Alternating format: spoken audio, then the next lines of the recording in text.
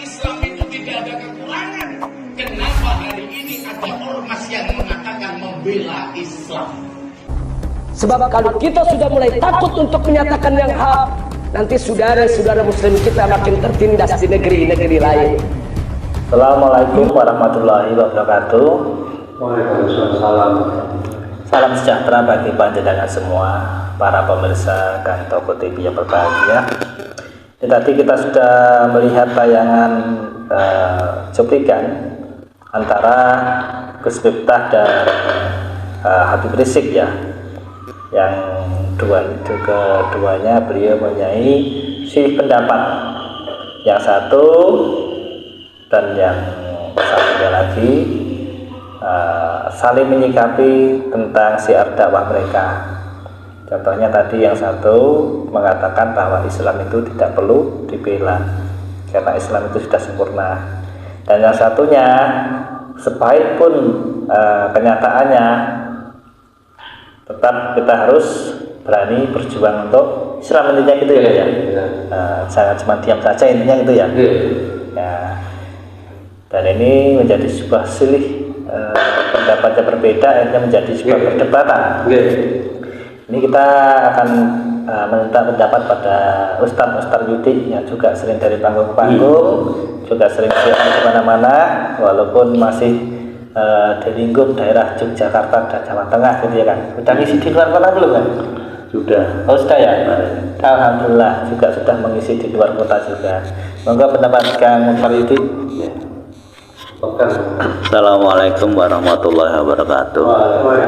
Pemirsa yang saya hormati, saya akan berpendapat sesuai dengan kapasitas saya, yaitu bahwa ketika kita melihat bahwa ada dua tokoh yang saling menghujat, itu kan secara etika di dalam Islam kan itu kurang benar gitu ya. Seharusnya kan memberikan contoh yang baik, tapi ini dua orang ini ya saling menghujat dan lain sebagainya. Oleh karena itu barangkali itu sudah dalam Islam itu dikatakan tidak baik. Kenapa? Karena apa? Yang satu ini kan tokoh masyarakat, yang HRS juga tokoh masyarakat, yang Gus Miftah juga tokoh masyarakat. Kalau tokohnya saja seperti itu, apalagi nanti pengikutnya, itu dampak yang akan kita peroleh seperti itu. Oleh karena itu lebih baik dua orang ini ya saling islah, tidak saling menghujat. Tapi dalam hal ini kan saling menghujat, semuanya punya pendapat. Yang pertama ingin membela Islam, yang kedua tidak perlu membela Islam. Ini cara pandang yang seperti ini yang justru menimbulkan masalah seperti itu. Kalau itu sudah di YouTube-kan kan menimbulkan masalah. Kalau tidak di YouTube-kan nggak ada dampaknya. Tapi ini sudah di YouTube, makanya dua-duanya itu menimbulkan masalah. Lalu siapa yang benar? Wallahu a'lam bishawab ya. Yang sesuai dengan kapasitasnya masing-masing. Yang satu ingin membela Islam, yang satu tidak perlu dibela Islam itu dalam kacamata dia. Oleh karena itu dua-duanya ini juga saya katakan terjebak dalam terjebak di dalam emosional, sehingga dengan demikian maka tanpa ia sadari bahwa dua-duanya melontarkan hujatan, dan tentunya ini adalah saling berebut kebenaran. Itu seperti itu, yang satu benar, yang Bapak Habib Rizik dalam pandangan Pak Habib Rizik dia benar, Bapak Gus Miftah dalam pandangan dia juga benar. Kalau seperti ini yang terjadi, makanya kapan sampai rampungnya kapan persoalan itu? Kalau itu tidak rampung, itu kan menimbulkan masalah di rakyat bawah pengikutnya. Kalau pemimpinnya ada seperti itu, maka itu kan berarti secara tidak langsung melegalkan bahwa perdebatan di media itu sangat penting sekali. Itu kan menimbulkan kesan begitu. Dan nanti bawahnya gimana? Bawahnya nanti bisa jadi melebihi dari apa yang disampaikan oleh tindakan yang disampaikan oleh keduanya. Oleh karena itu menurut saya bahwa yang sebenarnya kita tabayun saling bertemu dan tidak di YouTube-kan, itu yang terbaik. Solusi yang terbaik seperti itu. Jadi tidak dari jarak jauh, yang satu menanggapi, yang satu menyatakan statement, itu semuanya kan dampaknya menjadi tidak baik secara pendidikan loh ya. Secara pendidikan dampaknya tidak baik, tapi justru dampaknya menjadi jelek. Lu pemimpinnya aja seperti itu, kita juga boleh melegalkan, artinya seperti itu nanti tanggapannya orang bawah.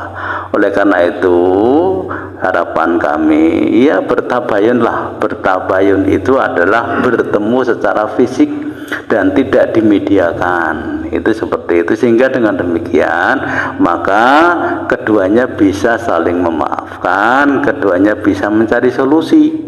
Ya, apa yang terbaik dilakukan, itulah yang terbaik hasilnya. Iya, kalau begini kan nanti yang satu menyampaikan statement, yang satu menanggapi, tapi tidak pernah ketemu. Sehingga dalam dunia rasa itu tidak ketemu. Adanya mungkin dalam dunia pikiran. Dia ketemu saling bertentangan, tapi dalam rasanya tidak ketemu. Oleh karena itu harapan kami ya bertemulah di antara dua orang ini, bertemu, saling mengadu rasa dan lain sebagainya, saling menimbang dampak positif dan negatifnya apa, baru di situ ditentukan. Itu seperti itu. Nah, itu saya kira seperti itu Kang Sugino, Kang Antoko Ya, sangat bijak ya jawaban Kang Yudi ini tadi dalam menyikapi permasalahan beda pendapat antara Gus Miftah dan Habib Rizik ya.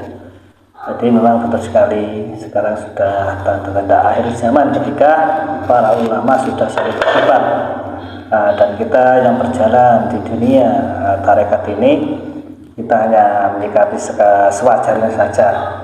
Jangan sampai menjadi sebuah pengaruh untuk menuju jalan kemurnian kita mendekat kepada Allah Subhanahu wa taala. Karena apa?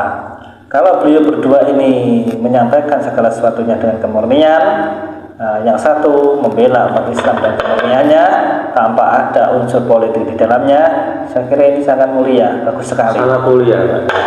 Dan juga Gus Miftah ini kalau beliau memang menyampaikan dengan kemurnian, tidak ingin terjadi permasalahan antara umat beragama, juga sangat mulia sekali.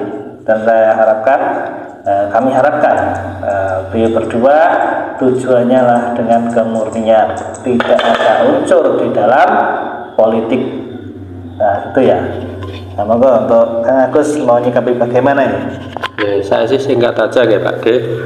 Ini kalau ditanya tentang pendapat ya, saya akan memberikan sedikit ulasan saja bahwa apa yang pernah dilakukan oleh Pak RS sepanjang garis besarnya adalah kemurnian, itu adalah hal yang sangat baik, sangat mulia. Karena kan di antara sekian umat Islam ada yang mau memikirkan dan memperjuangkannya, itu sangat mulia, perlu diapresiasi.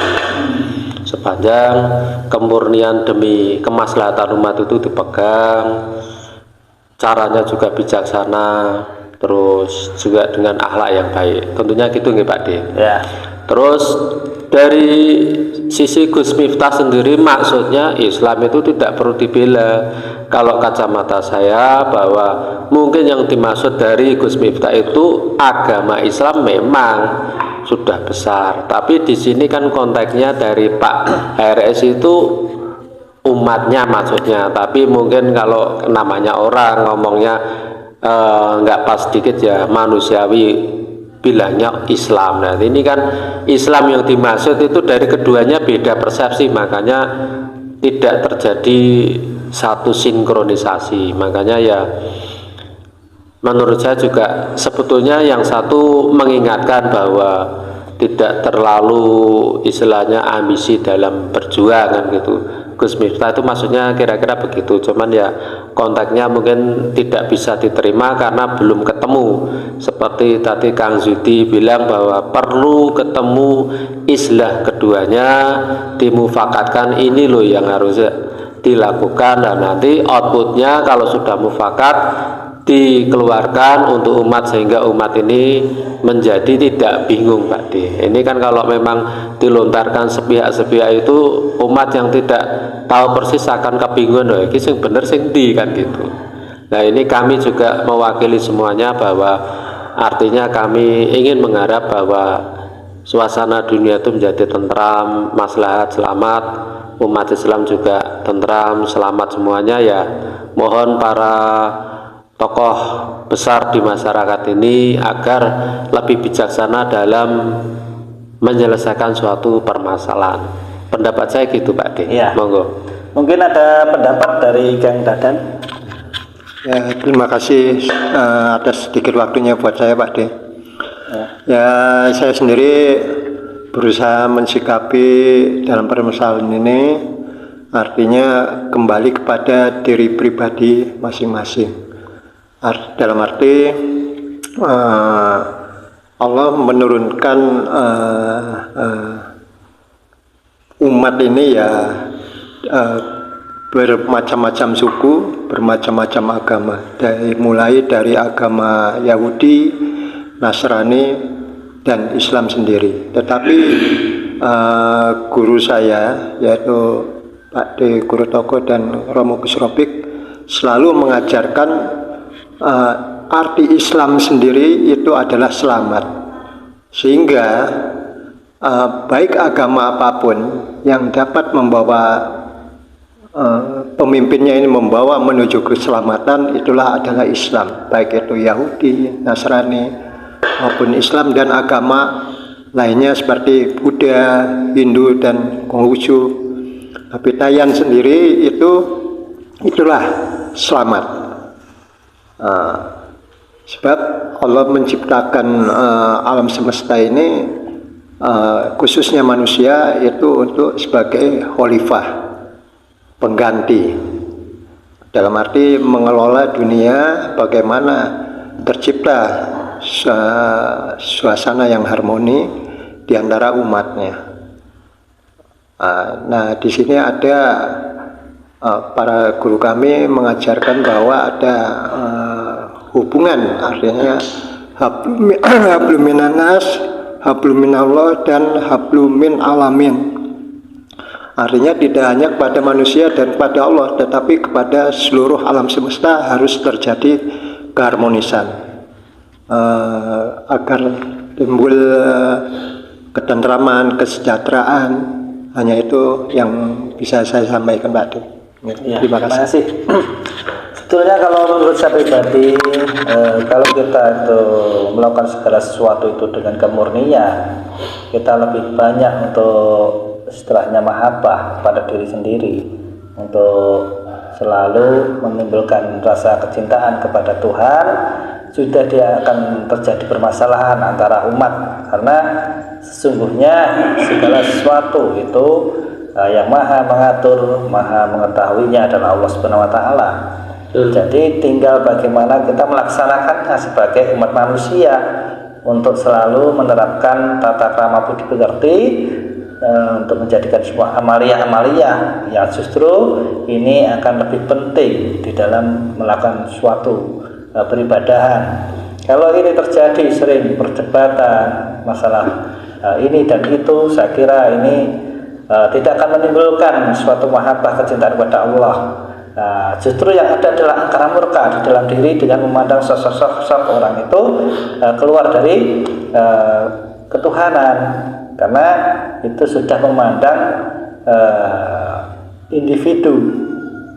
Artinya gini, kalau kita memandang titik suatu kesalahan melalui pandangan ataupun pendengaran tanpa kemurnian, nanti justru amarah kita yang akan muncul kan, itu yang jadi ya. Kira-kira ditambahkan kan jadi. Ya. Baik, pemirsa yang berbahagia, itu perlunya tabayun, ketemu, karena tabayun itu bisa pakai literal, bisa ketemu dengan cara fisik.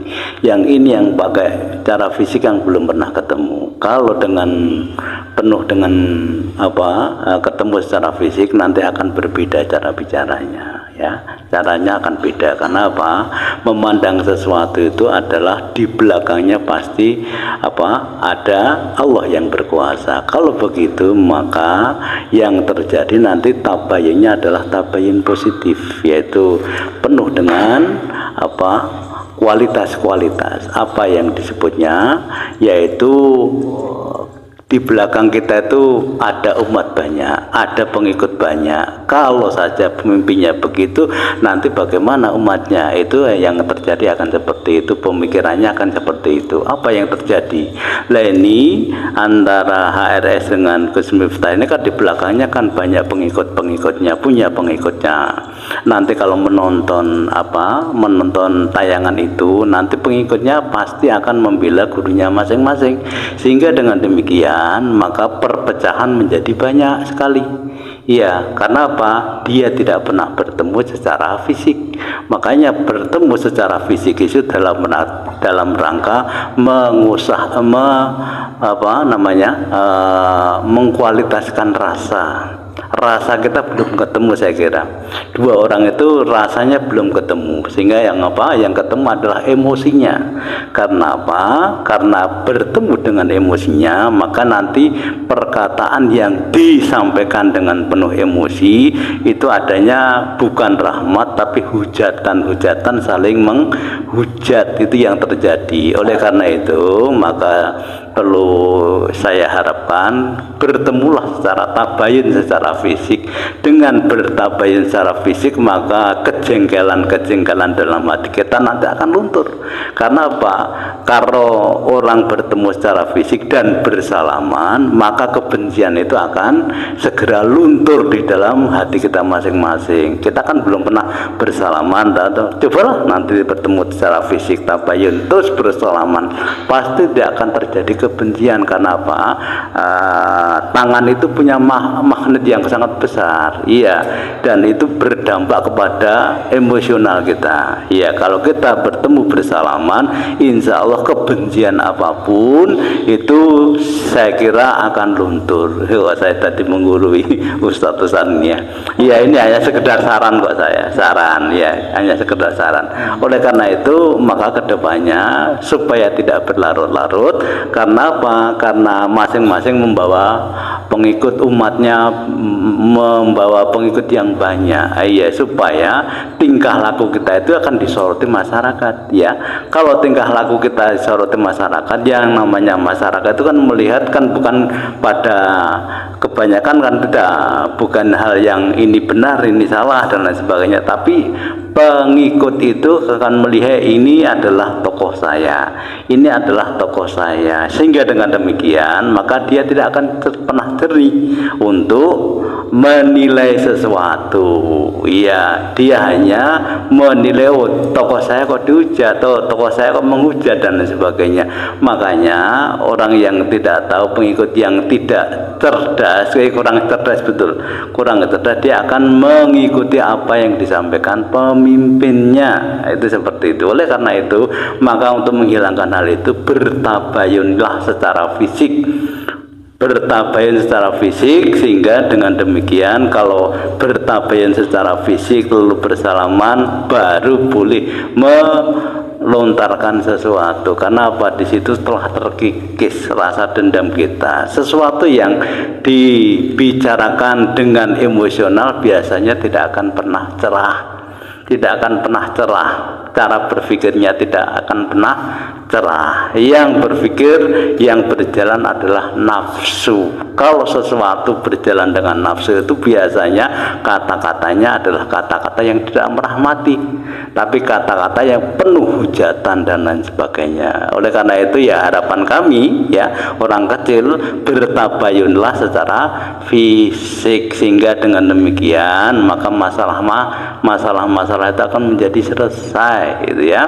Jangan berkepanjangan. panjenengan. Ingat, di belakang Anda itu banyak pengikut-pengikut yang getol dengan panjenengan.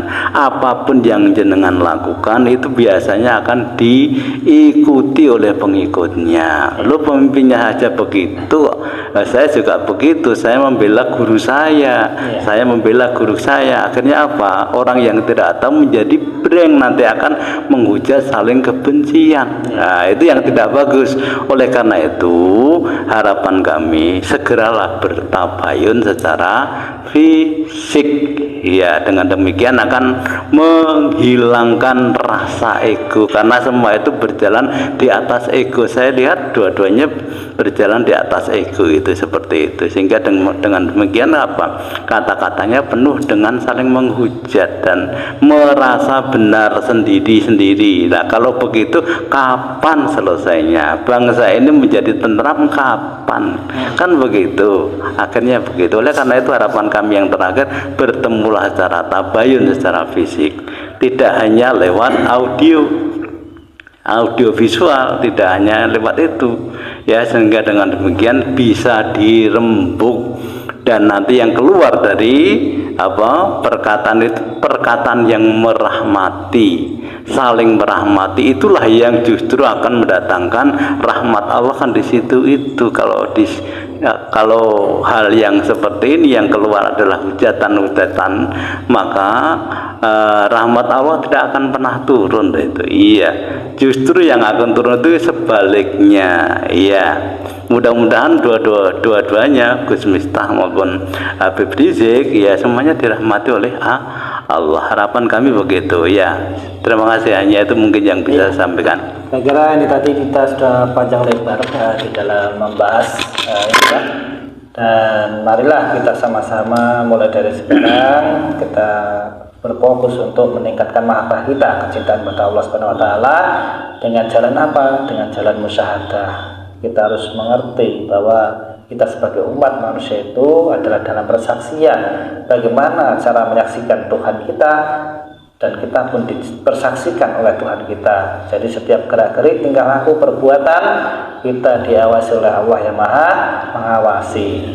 Jadi saya harapkan di berdua yang nanti jadi pencerah umat, bukan menjadi pemecah umat yang kami harapkan. Seperti itu ya. Saya kira cukup. Sekian dulu perjumpaan kita di channel Kang Toko TV.